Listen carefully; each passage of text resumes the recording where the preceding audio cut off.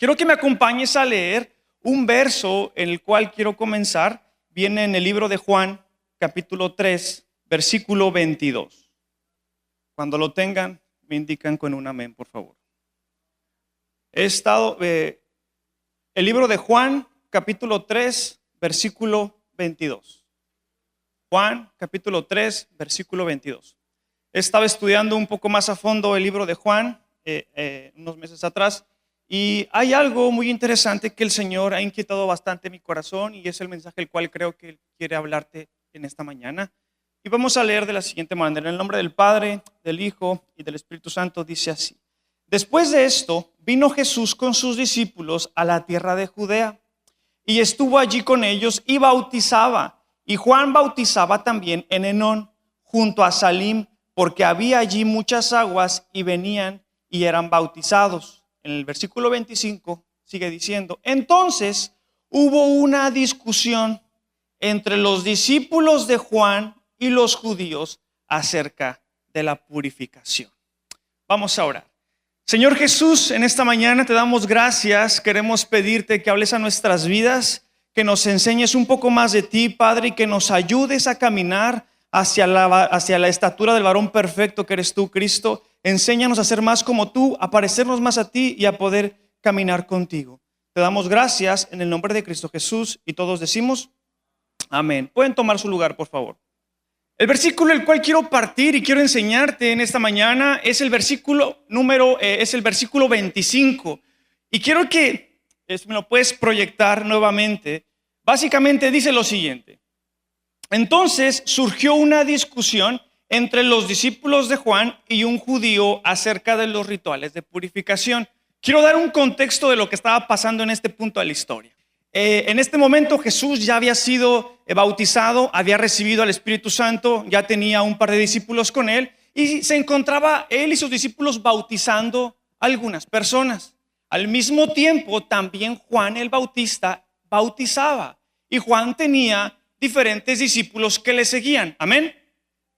Entonces, entre estos discípulos que seguían a Juan, porque los bautizaba, hubo unos judíos que se encontraron con ellos y tuvieron una discusión. Repite conmigo la palabra discusión.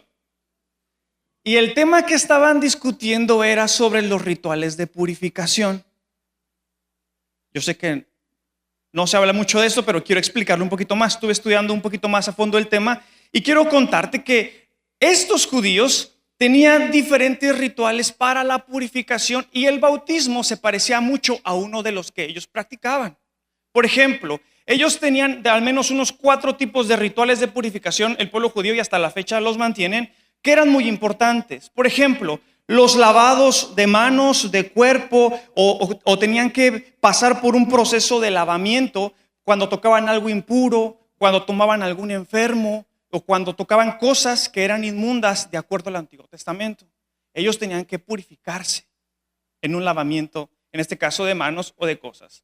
El segundo eran los baños rituales.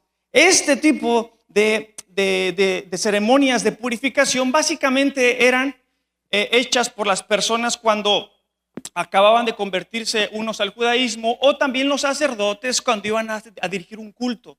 También las mujeres, por ejemplo, después de haber menstruado, tenían que pasar por este baño de purificación, que básicamente se trataba de lo siguiente: ellos mismos tenían que ir a un lugar donde el agua fluyera, como un río o algo donde el agua estuviera natural. Se tenían que sumergir completamente y salir.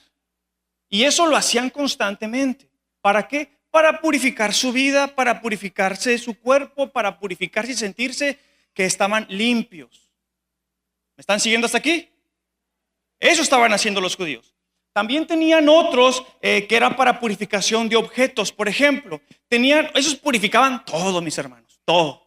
Purificaban los objetos con los que comían o con los que entraban al templo, y era una purificación constante porque no querían contaminarse con nada. Entonces, uno de estos judíos estaba discutiendo con los discípulos de Juan. ¿Ahora me estás entendiendo un poquito más? Y le está diciendo básicamente: ¿cómo es que tú estás bautizando aquí a todos estos y no estás haciendo lo que hemos enseñado? Porque esto no se parece al ritual de purificación, básicamente. La palabra no es clara al decir de qué trató toda la discusión, pero es entendible la situación porque ellos estaban bautizando y tenían un ritual que se parecía mucho al bautismo. Entonces ellos de pronto veían que te bautizaban, te sumergían, estaba alguien más, te sumergía completamente y te sacaba. Y cuando ellos veían eso, lo rechazaban porque decían, ¿cómo crees que así va a ser el ritual de purificación? Eran muy apegados a sus leyes, a sus costumbres. ¿Sí me sigues? Y si pones atención en el siguiente verso, dice en el 24, en el anterior, dice, porque Juan no había sido encarcelado aún.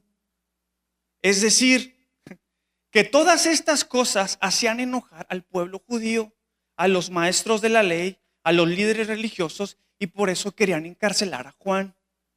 ¿Me estás entendiendo un poquito más? Ok, quiero que me sigas siguiendo porque quiero darte un poquito más de información para que puedas entender el mensaje que hoy te quiero compartir. La cosa aquí es que mientras los judíos tenían muchas prácticas religiosas para su purificación, ellos no podían entender que el bautismo solamente era una sola vez. No era más que una, solo una. Y ellos sí, ellos tenían que estarse purificando constantemente y por eso se enojaban, mis hermanos. Se enojaban unos con otros porque decían, es que ¿cómo crees que una vez? ¿Por qué transgredes nuestros mandamientos o nuestras leyes que hemos compartido todo este tiempo? Y se enojaban los judíos, porque ellos querían guardar la ley, querían mantenerse firmes ante todas sus leyes, y eso los hacía molestar bastante. Amén. Entonces, ese era el problema con los rituales de purificación, porque no entendían que el bautismo, más que purificar el cuerpo físico, purificaba tu alma, tus pensamientos, y era un compromiso visto por Dios y una declaración realmente de cómo dejas tu vieja naturaleza y haces un pacto y compromiso con Dios en cómo naces como alguien nuevo por medio del Espíritu Santo, claramente, y la obra de Jesús en nuestro corazón. Ellos no entendían eso y decían, ¿cómo crees que una sola vez? Pues eso era lo que pasaba. Debes saber también que eran muchas discusiones y encuentros que estaban teniendo con ellos porque se estaban molestando bastante. Los judíos, he estado estudiando un poquito más este tema, tienen alrededor de 613 leyes o mandamientos. Repite conmigo, 613. Son demasiadas. Estas 613 leyes les van a ayudar o les han ayudado a intentar cumplir los 10 mandamientos que Moisés estableció. Y entonces ellos se encargaron, algunas las tomaron del Antiguo Testamento, del Antiguo Pacto, y las siguen tomando hoy, pero muchas de ellas comenzaron a añadir más para que les ayudaran a cumplir la ley de Moisés, los 10 mandamientos. Quiero darte las bases de este mensaje para que me entiendas a dónde te quiero llevar con lo siguiente. ¿Ok? Entonces, estos 613 leyes estaba estudiando con los judíos y todo este tipo de cosas que ellos practican. Las dividen en dos partes. Se dividen básicamente se dividen en dos partes, que es en lo que deben hacer y en lo que no pueden hacer. Las 613 leyes se dividen en dos partes: en lo que pueden hacer o lo que deben hacer y lo que no pueden hacer. Solamente 248 es las leyes que deben hacer. Por ejemplo, que deben ayudar al prójimo, que deben orar, que deben hacer ciertas rituales, que deben purificarse. Son 613 leyes que te van a decir qué es lo que debes hacer. Y tienen 365 leyes de qué es lo que no puedes hacer. Una para cada día del año. Oh my goodness, ¿cuándo? ¿Cuándo vas a poder con tantas leyes? Y lo puedes buscar si tú quieres. Pero tiene 365 leyes que te dicen qué es lo que no puedes hacer. Entonces, en todas estas de que no puedes hacer, claro que se encuentran los 10 mandamientos de no matarás, de no robarás, y agregan muchas más que según ellos les van a ayudar a cumplirlas todas y lo vuelven muy difícil. Repite conmigo la palabra difícil. El corazón de los judíos se había llenado de religiosidad porque le daban más importancia a todas estas leyes antes que al propósito principal del por qué fueron creadas, que era para generar una adoración genuina a Dios. El pueblo de Israel este pueblo no entendía que las leyes no habían funcionado y el pueblo se desviaba constantemente y por eso tenía que venir Jesús para decir, yo necesito darte de mi gracia para que entonces entiendas. ¿Me sigues hasta aquí? Prosigo. Ahora es más entendible cuando vino con Jesús, llegaron los fariseos y le trajeron a la mujer adúltera. ¿Qué decía la ley que le tenía que pasar a las mujeres que adulteraban o a las personas? ¿Qué decía la ley? Que murieran apedreadas. Eso decía la ley. Entonces agarran a Jesús porque estaban irritados con él, estaban enojados con él. Y le dicen, mira Jesús, aquí traemos a una mujer ante ti.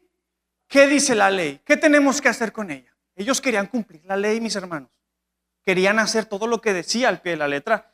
Y Jesús sabe la ley.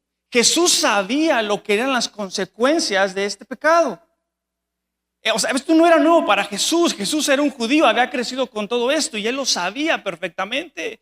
Entonces, como él siempre, su predicación eran distintas, inclinadas al arrepentimiento, ellos querían ver cómo Jesús la condenaba también como ellos, porque les encantaba la condenación.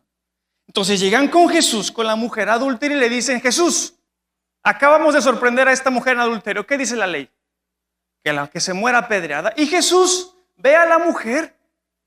Jesús sabe que repetirle la ley a esta mujer no va a cambiar nada. ¿Sí sabes? Jesús ve a la mujer y le dice, mujer, tus pecados son perdonados. Pero antes de decir eso, Jesús confronta a todos los que están ahí y le dice, ok. Entonces queremos aplicar la ley.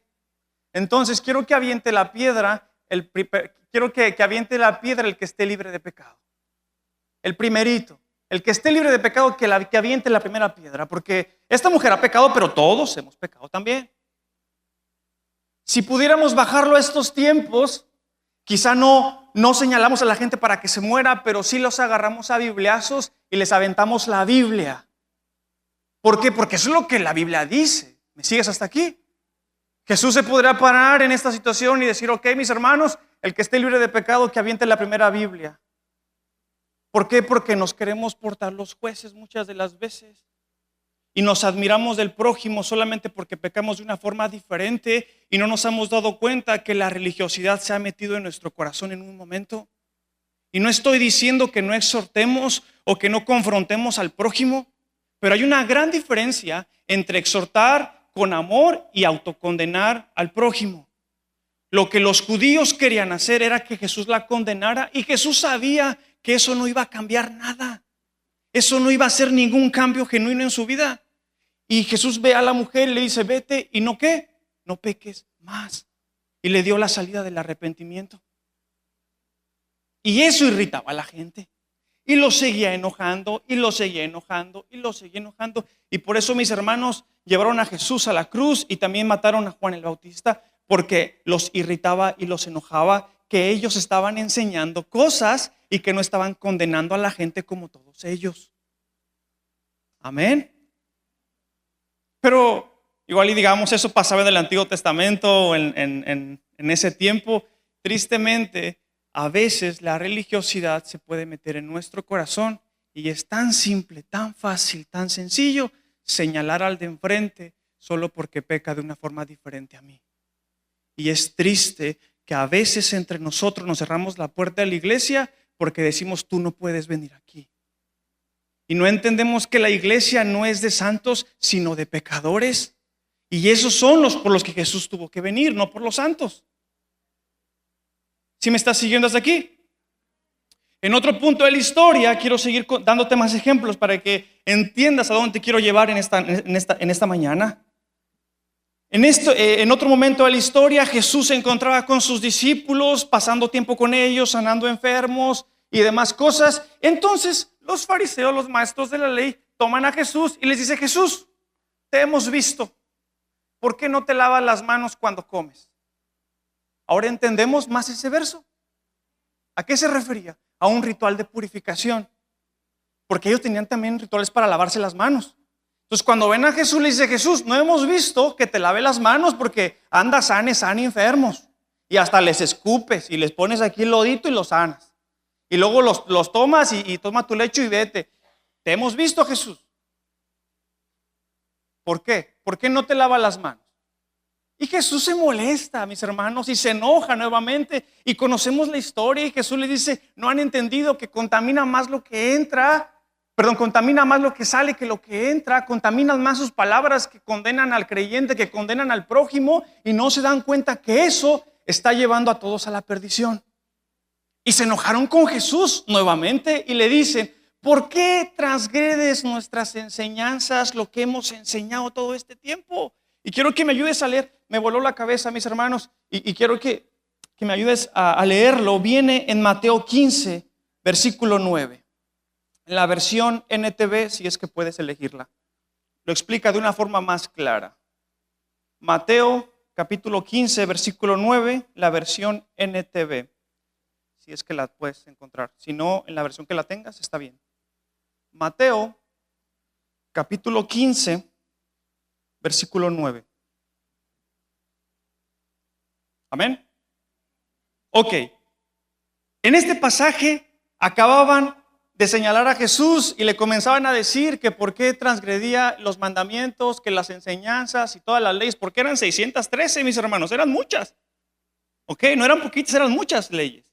Y Jesús, enojado, les contesta y les dice lo siguiente. Justo acababa de pasar lo de lavarse las manos en un pasaje anterior. Jesús dice, su adoración es una farsa. Mateo 15, 9 dice, su adoración es una farsa porque enseñan ideas humanas como si fuesen mandatos de Dios. ¡Boom! ¿Cuántas cosas no he enseñado yo? Como que al final no dejan de ser mandatos de hombres y los enseñamos como si fueran mandatos de Dios. El Señor me confrontó bastante cuando este pasaje llegó, lo estaba estudiando, porque por muchos años también he sido líder religioso, he sido líder del pueblo, he sido líder de los jóvenes en tiempo atrás, y yo me confronté primeramente con el Señor porque es bien fácil pararse aquí al frente y decir a la gente cómo debe de vivir, ¿sabes?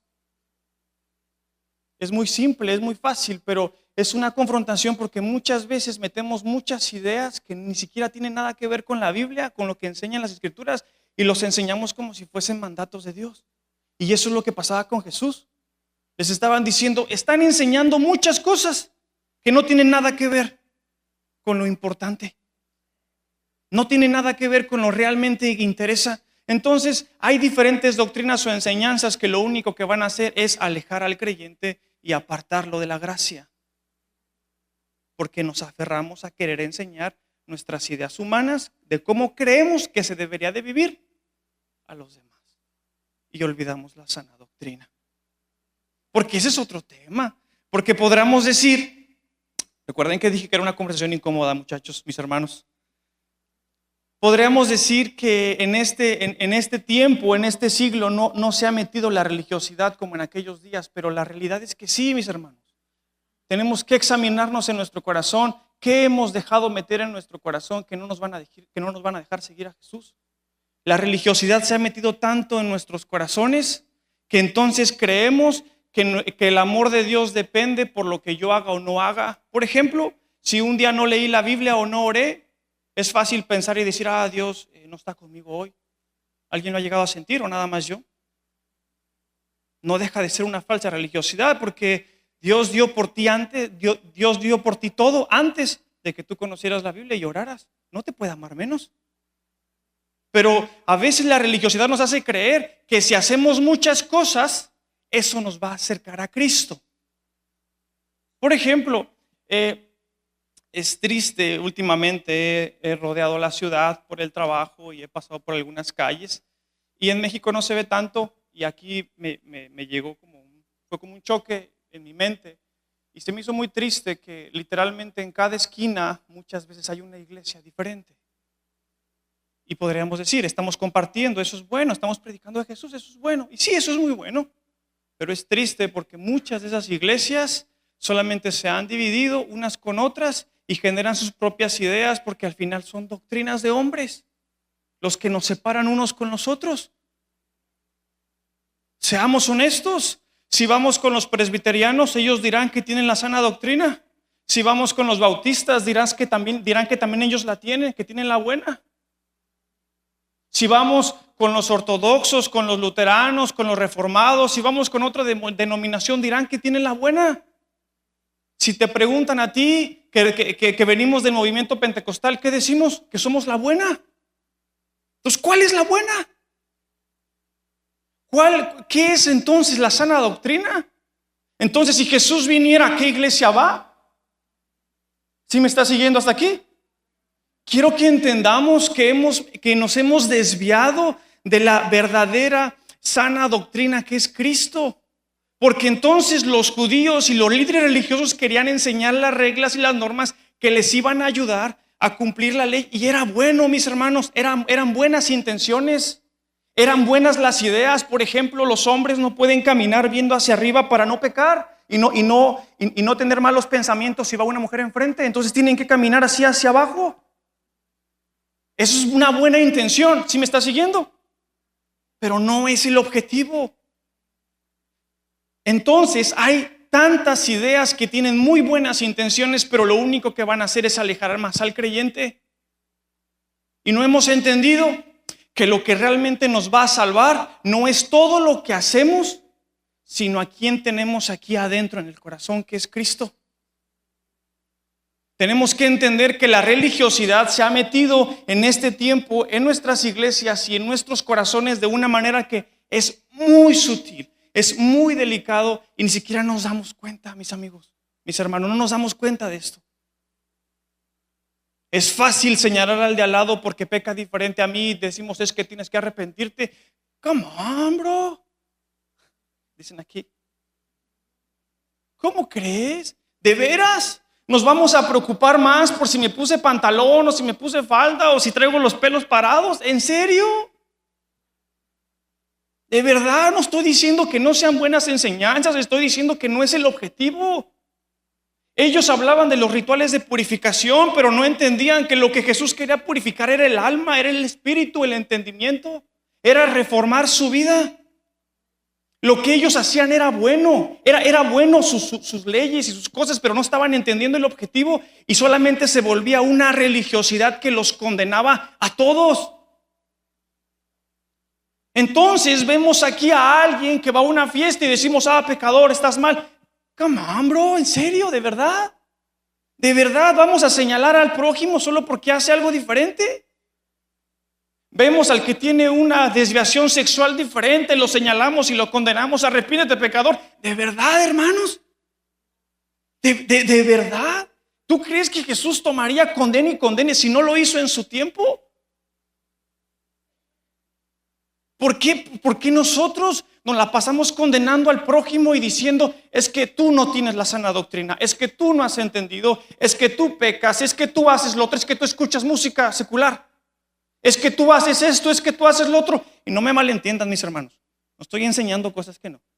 Eso es bueno, son buenas las reglas, es bueno entender los principios, pero no te vayas por esa línea de religiosidad donde no entendemos que lo más importante es Cristo. Porque el que debe de traer convicción de pecados no es tu prójimo ni eres tú, es Cristo. ¿Me sigues hasta aquí? Y nos queremos poner a veces como unos maestros de la ley que las conocemos y las sabemos todas y decimos, tú estás mal, tú estás mal, tú estás mal, tú estás mal. Come on. No nos damos cuenta de todo, de la viga que tenemos metida en el ojo por querer ver la paja de nuestro hermano. No nos examinamos nuestro corazón de qué realmente es lo que hay aquí adentro. Y nos la pasamos viendo cómo vive el de al lado y nos las pasamos echando culpas. Es que tú haces las cosas mal, es que tú las haces mal. ¿En serio? La religiosidad se ha metido en nuestros corazones. Por eso hoy me doy cuenta, he estado dirigiendo el programa que estamos implementando con los jóvenes. La juventud está tan alejada como no tienes una idea. Y me parte el alma verlo. ¿Sabes por qué? Por la religiosidad que la generación anterior no supo llevar. Y ahora nosotros mismos nos hemos encontrado envueltos entre todo esto. Porque ahora los jóvenes piensan que el pecado es que vayan a una fiesta. No, bro, el pecado no es que vayas a una fiesta. El pecado es qué vas a hacer en ese lugar. Estaba en la universidad hace un tiempo y recuerdo que me dijo uno de mis compañeros, me dijo, ¿tú eres cristiano? Y le dije, sí. Me dijo, ¿eres de esos que tienen prohibido ir a fiestas, ir a estos, puras? Y me dijo, tienes prohibido hacer esto, prohibido hacer esto, prohibido hacer esto, puras prohibiciones. Y yo dije, bro, esa es la imagen que te hemos dado. Y le dije, no son prohibiciones, mi hermano. Simplemente he entendido qué es lo que me conviene y lo que no me conviene en Cristo Jesús y decido hacer lo que me conviene. Eso es todo. Entonces el punto aquí no es si voy a una fiesta o no voy a una fiesta, si escucho música o no escucho música. Entonces aquí, si vemos que el hermano de atrás se tomó una cerveza, ¿lo condenamos? ¿De verdad, hermanos? ¿De verdad? Y nos sentimos mejor porque no lo hacemos nosotros, pero pecamos con más cosas diferentes. Pecamos en lo oculto. ¿Tratas mal a tu esposa o tu esposa tratas mal a tu hombre? Y te andas preocupando por qué hacen las demás personas. Examinémonos en nuestro corazón. Escudriñémonos qué es lo que hay aquí adentro que no nos dejan continuar. Hay mucha gente que deja de venir a la iglesia por la religiosidad que hemos vendido y que hemos mostrado al mundo. Y hemos hecho creer a la gente que la única manera de seguir a Jesús es poniendo muchas reglas sobre otras reglas y sobre otras reglas, y no funciona así. Tenemos un libro lleno de reglas y no funcionó. Toda la ley no funcionó, por eso vino Jesús. Pero no me malentiendas, la ley es muy importante porque nos debe decir por dónde debemos andar. Pero si no entiendes que la sana doctrina es predicar a Cristo, vivir como Cristo y ser como Cristo, no has entendido y no hemos entendido nada. La sana doctrina no es que hagas actividades o que hagas cosas o que vengas a la iglesia, porque eso es lo triste, que nos hemos aprendido todo el protocolo, nos hemos aprendido todos los pasos. Venimos los miércoles, venimos los domingos, venimos a los cultos, adoramos y todo, pero allá afuera ni siquiera te acuerdas del Señor. Porque creemos que con venir un domingo y cumplir es suficiente. ¿Y qué crees que no? No funciona así. Les he dicho a los jóvenes constantemente en las últimas reuniones, no te confundas, joven. Si tú vienes a la iglesia y levantas las manos, eso no significa que el Señor vaya contigo. Si no lo llevas aquí y aquí, no esperes que te acompañe porque tú lo sacaste de tu vida primeramente y solamente lo quieres meter los domingos. Quiero que nos exhortemos en nuestro corazón, que nos confrontemos realmente con las Escrituras y que entendamos que lo que convence a las personas de no pecar no es que tú lo señales, sino es Cristo el que trae esa convicción. Entonces podríamos decir lo mismo que Jesús dijo, quizá adaptado a este día o a este siglo más moderno, que el que esté libre de pecado que abriente la primera Biblia. ¿Sí me doy a entender?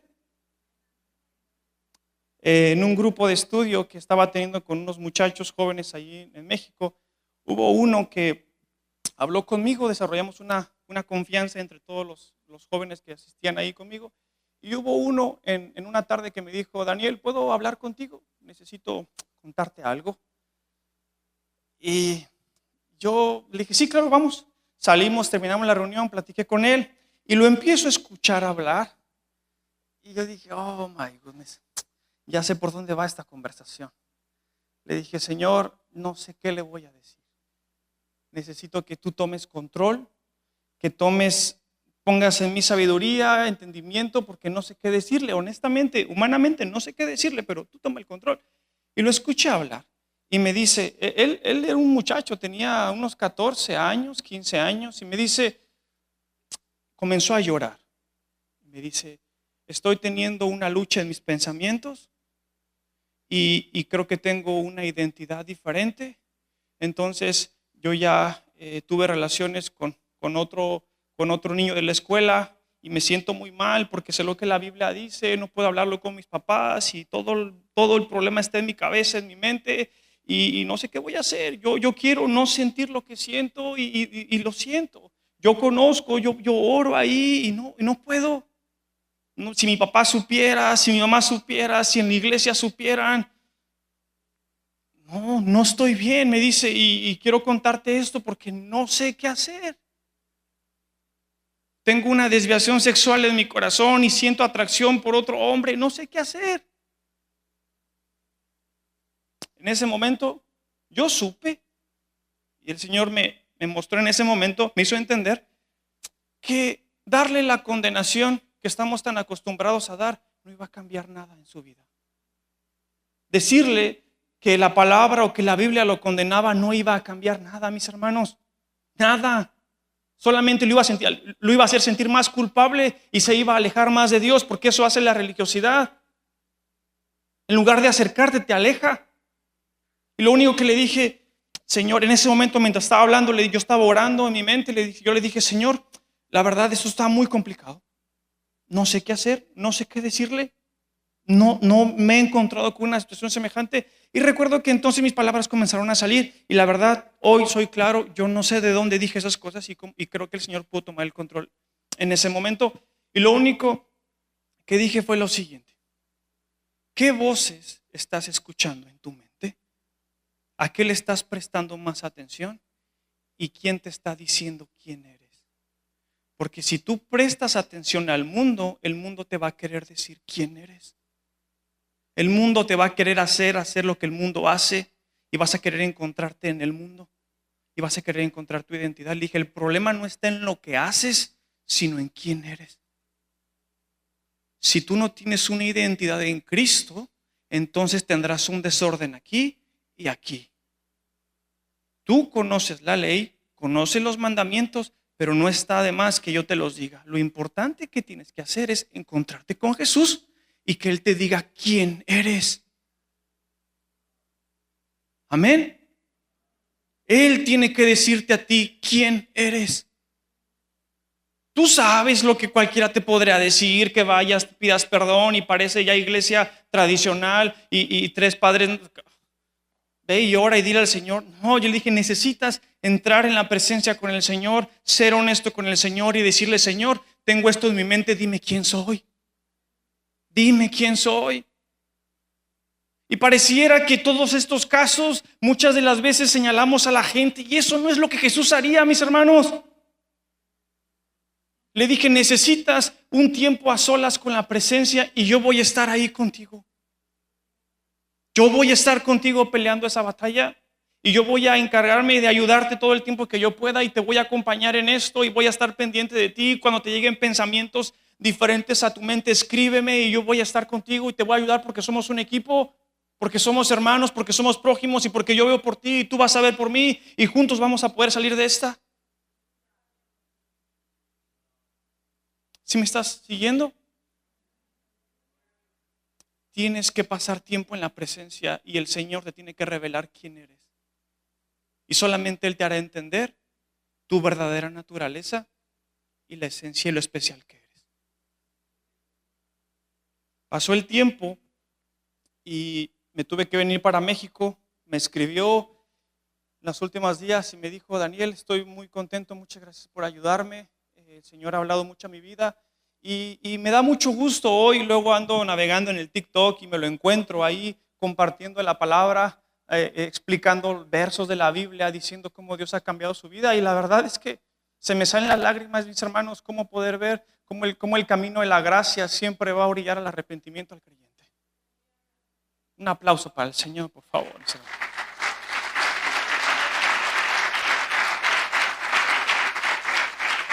Los fariseos y los líderes religiosos no entendían esto, creían que la religiosidad los iba a acercar más. Y debes entender esto, que si tú no dejas tu religiosidad, lo único que va a hacer es que te va a alejar más de la presencia. Es lo único que va a pasar y va a hacer que los demás se alejen de la presencia, porque nadie quiere estar con una persona aferrada a leyes y a cosas de cómo tienen que vivir. Es posible estar haciendo mucho para Dios y estar lejos de Él. Triste.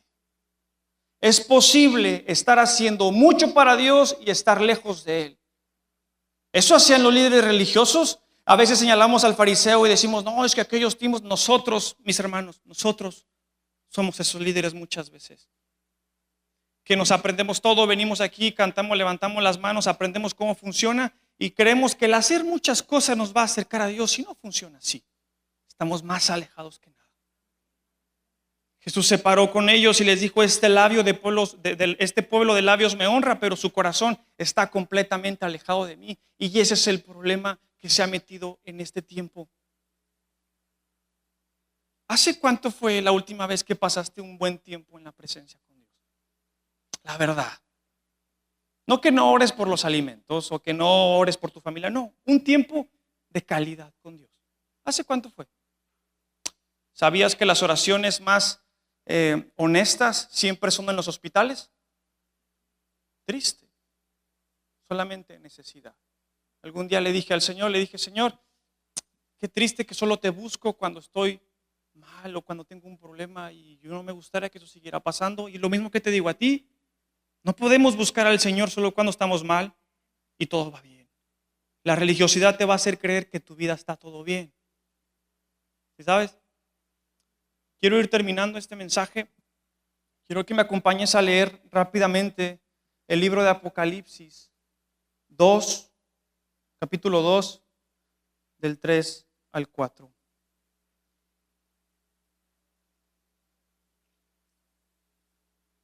Este pasaje es muy confrontante y cada que lo leo examino mi corazón y le digo al Señor que me guarde porque es muy delicado este pasaje.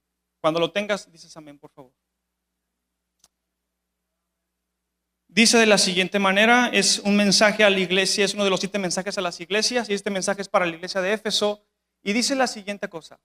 Has sufrido y has tenido paciencia y has trabajado arduamente por amor a mi nombre y no has desmayado. Mis hermanos, esta iglesia ha trabajado mucho por muchos años. Como iglesia hemos trabajado arduamente y hemos conquistado año con año y lo hemos visto cómo festejamos cada aniversario de la iglesia y cómo en el Señor hemos conquistado y hemos tenido victorias y nos hemos mantenido firmes y fieles al Señor. Eso es la iglesia de Éfeso.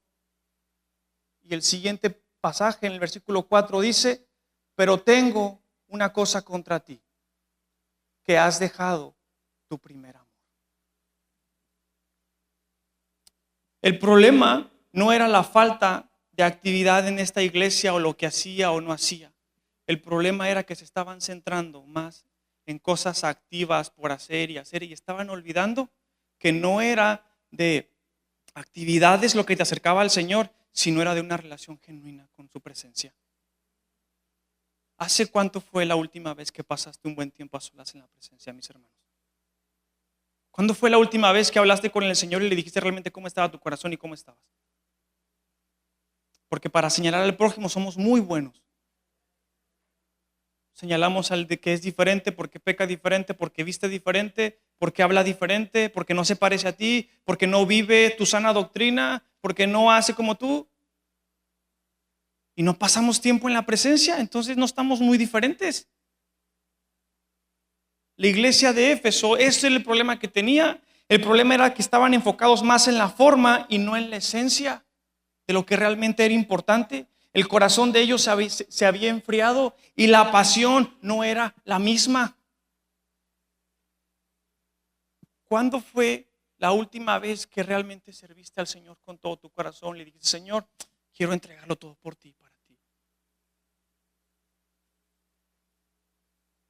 Hay mucha gente que dice, yo sí vengo a la iglesia y no falto, pero han perdido muchas veces el gozo de venir.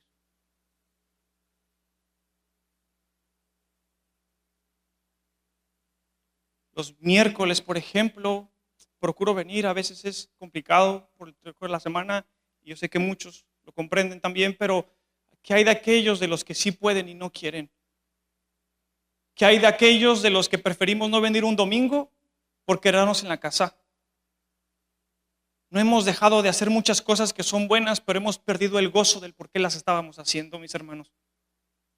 Hemos caído en una religiosidad y tenemos que reconocerlo en nuestro corazón, porque eso nos va a hacer alejarnos más de lo que es Dios. Y no se trata de cuántos años tienes en la iglesia, créeme que no, porque la iglesia de Éfeso no era el caso. Nos acostumbramos a todo y perdimos el gozo y la pasión de todo. No es posible que alguien aquí enfrente tenga que invitarlos a que vengan a a las reuniones de estudio en la mañana? ¿No es posible, mis hermanos? ¿Cuándo perdimos el gozo por aprender más de la palabra? ¿Cuándo perdimos el gozo por escudriñar las Escrituras? ¿Cuándo? Y hay también para los maestros, ¿cuándo perdimos el gozo de estudiar más, de prepararnos más y de ofrecer más? ¿Cuándo perdimos el gozo? ¿En dónde se nos cayó? ¿En dónde perdimos nuestro primer amor? Porque es lo que dice, solo tengo una cosa contra ti, haces todo bien, olvidaste tu primer amor.